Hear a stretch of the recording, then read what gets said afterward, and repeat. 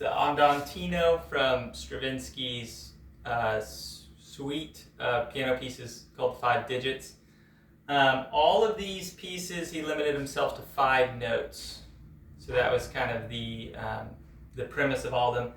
This one is my favorite of the set. It's the first one.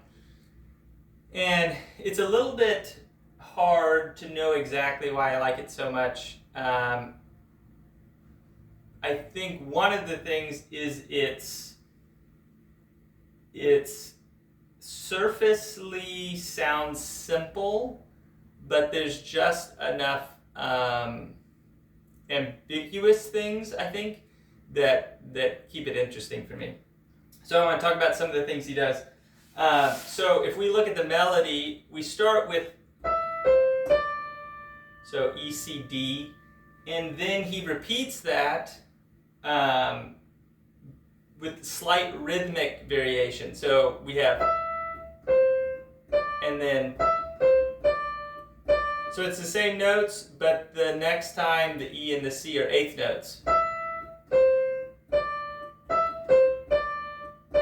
And then he puts 2 Ds on there, so it's the same but different. And then the third phrase, it goes somewhere else, but then it comes back to that D. So all 3 phrases have ended on that D. So if we put that together,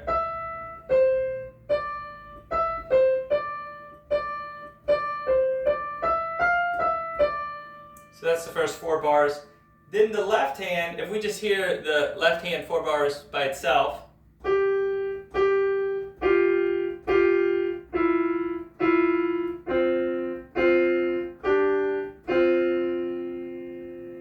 okay, so we start with just a single note.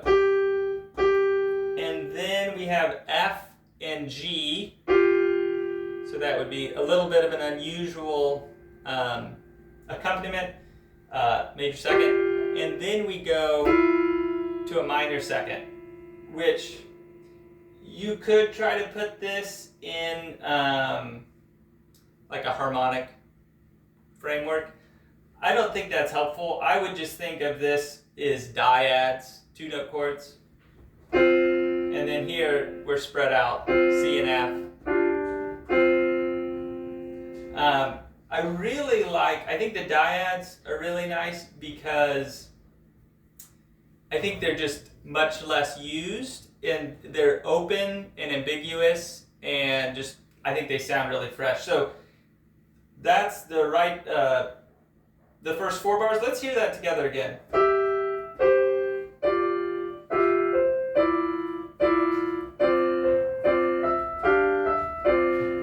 At measure 5 we have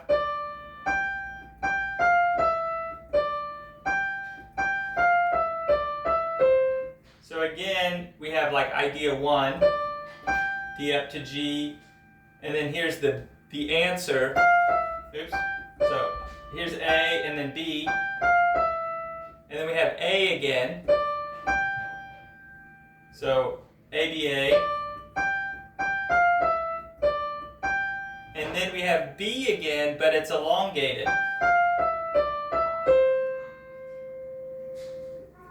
And then in the left hand, super simple.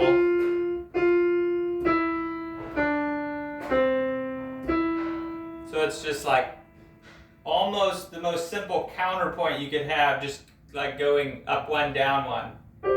Oops.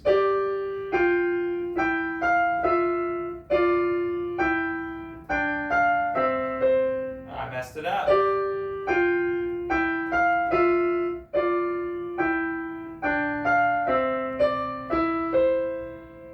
And then resolves there to the C. Okay, now we're at the next section, I think, is where it gets really interesting. He pretty much takes 2 ideas.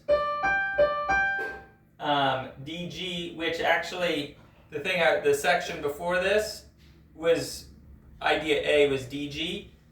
And now he's taking it and just putting in 8th notes. So that idea and this idea.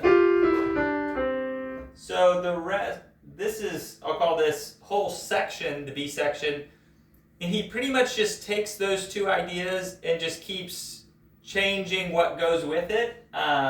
This is 9 measures long. He just keeps rearranging those two ideas. So it feels like a very small amount of material, but because he keeps changing something, it stays interesting. So there's the first two measures of this section. So section 1, section 2, I'm sorry, measure 1, measure 2. Measure 3, he puts those two ideas together.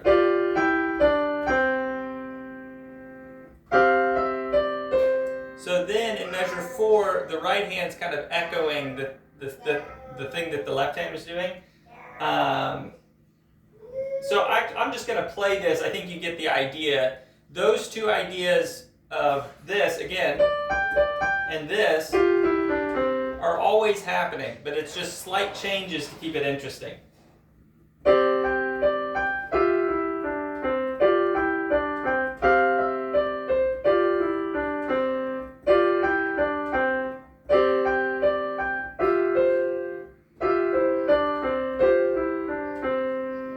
Okay, and then one more thing I want to point out. The second to last measure of this section, we have this, which that's actually what we have at the beginning. And then back in this section. So it does that, and then it goes back to the thing from the beginning. So I think that's a nice little foreshadow. Is it exactly the same? No, the rhythm's slightly different, but it's the same notes, and it kind of sets you up for the return. Yeah, so I think for me, the lesson from this, there's nothing complicated in this piece.